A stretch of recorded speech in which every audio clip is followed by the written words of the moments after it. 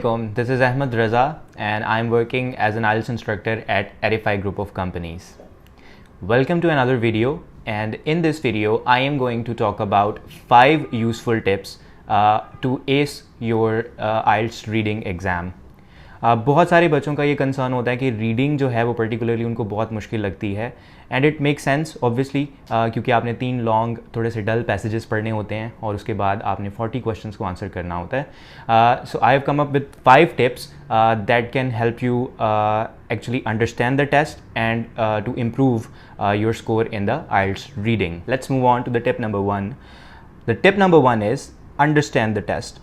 So the first thing that you need to do is you need to understand the test. So there are 11 types of questions that you might face in the IELTS reading exam. उन 11 types के questions को समझना, ये समझना कि वो किस तरह से दिखते हैं in the paper based test और in the computer based test is very important.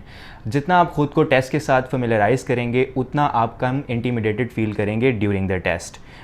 जब कभी हमें कोई ऐसी चीज़ सामने आ जाती है जो हमने नहीं प्रैक्टिस की होती, तब हम घबरा कर उसको गलत कर देते हैं और हमारे उसको गलत करने के चांसेस इंक्रीज़ हो जाते हैं. तो आपने उन चांसेस को मिनिमाइज़ करना है. इसमें एक इम्पॉर्टेंट फैक्टर ये है कि जो आंसर्स हैं वो हमेशा ऑर्डर फॉलो कर रहे होते हैं for most of the question types. So आपने इस चीज़ का ख्याल रखना है. सबसे ज़्यादा आपने मिनिमाइज़ करना है अपने बैक एंड फोर्थ को कि आप कहीं क्वेश्चन से पैसेज की तरफ और फिर पैसेज से क्वेश्चन की तरफ बहुत दफ़ा वापस तो नहीं जा रहे. अगर आप ऐसा कर रहे हैं तो आपने इसको अवॉइड करना है. The tip number 2 is meaning not words. What I mean by this tip is that you need to understand the meaning of the questions and then relate it to the passage. अक्सर ऐसा होता है कि उन्होंने distractor के तौर पर questions में वो वर्ड यूज़ किए होते हैं जो पैसेज में कहीं ना कहीं ऑलरेडी यूज़ हो रहे होते हैं, या उनके एग्जैक्ट सिनोनिम्स जो कि ईजिली अंडरस्टैंडेबल होते हैं वो यूज़ किए होते हैं, पर वो most of the time correct answer नहीं होता. करेक्ट आंसर वो होता है जिसका मीनिंग पैसेज के साथ मैच कर रहा होता है. So you need to understand that it is very important to understand the meaning and not fall for the words. Right? Let's move on to the tip number 3. And the tip number 3 is practice skim reading. This is the most important factor and I cannot emphasize it enough.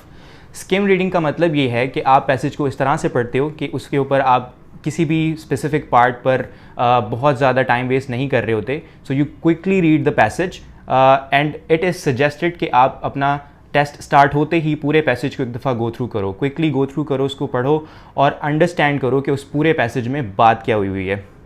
ठीक है. It is okay if you don't know the meaning of few words, you can skip it. You should understand the overall meaning of the passage कि आखिर writer ने वो passage लिखा क्यों है.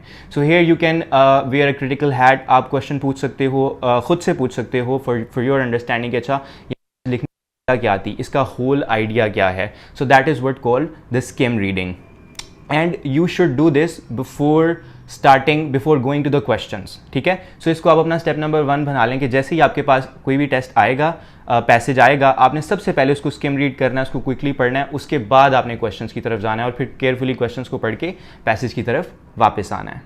Right. Let's move on to the tip number 4, and the tip number 4 is pay attention to the instructions. This sounds very obvious, but a lot of students make mistakes in this section.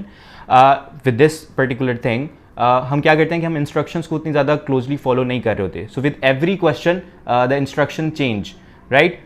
किसी में होगा 1 word और a number, किसी में होगा 2 words और a number, किसी में होगा not more than 2 words. So you need to pay attention to these instructions before you start solving the answers, right? And 5th and the final tip is transfer your answers carefully. If you are giving a paper based test, तो ये बड़ा ज़रूरी है आप इस चीज़ को understand करें कि you will not get an extra time. उसी 60 मिनट्स के अंदर जिसमें आपने 3 पैसेजेस पढ़ने हैं और 40 क्वेश्चंस को आंसर करना है, उसी टाइम के अंदर आपने अपने आंसर्स को आंसर शीट के ऊपर ट्रांसफ़र भी करना है. You will not get any extra time. So be very careful about it. अक्सर ऐसा होता है हम टेस्ट सॉल्व कर लेते हैं लेकिन आंसर्स को एक्यूरेटली ट्रांसफ़र नहीं कर पाते. एक तो आपने याद रखना है कि आपने अपने आंसर्स को ट्रांसफ़र करना है, and secondly when you are transferring those answers, be very careful about the spelling mistakes, right? Please consider these 5 tips, and I hope these tips will help you improve your overall score in the IELTS reading. Thank you so much.